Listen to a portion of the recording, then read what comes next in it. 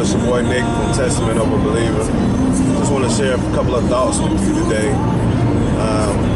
Just talking to a lot of people in general, last couple of days and the last couple of weeks, just seeing things that people say and hearing things that people say about the conversation that goes on. You know, you have certain people that's losing their lives and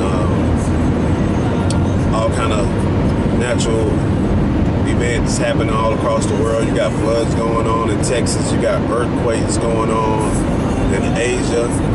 And then someone always say after the tragedy, it's praying time. You know, so-and-so got killed last night. Oh, man, it's praying time.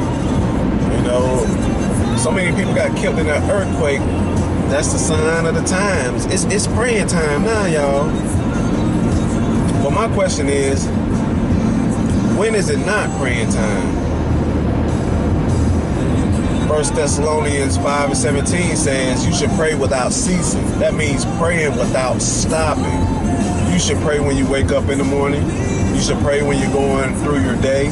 You should pray before you go to sleep at night. Pray without ceasing. Don't wait till something happens to pray. Even if things are going good, you should say a prayer and pray that things will keep going good. When things are going bad, you should say a prayer that things will get better. You know, even when you feel like you don't need prayer, you need to say a prayer for somebody else because somebody else needs prayer. They might not say it, but somebody always needs prayer, including you. You know, husbands, pray for your wives, pray over your children. Wives, pray for your husbands. Because being the head of a household, that's a big responsibility. And I guarantee you, your man won't confess to this, but sometimes a man gets stressed out trying to lead his household in the way that God would have his household to go. A man won't admit that, but behind the scenes, a man can get stressed out real quick.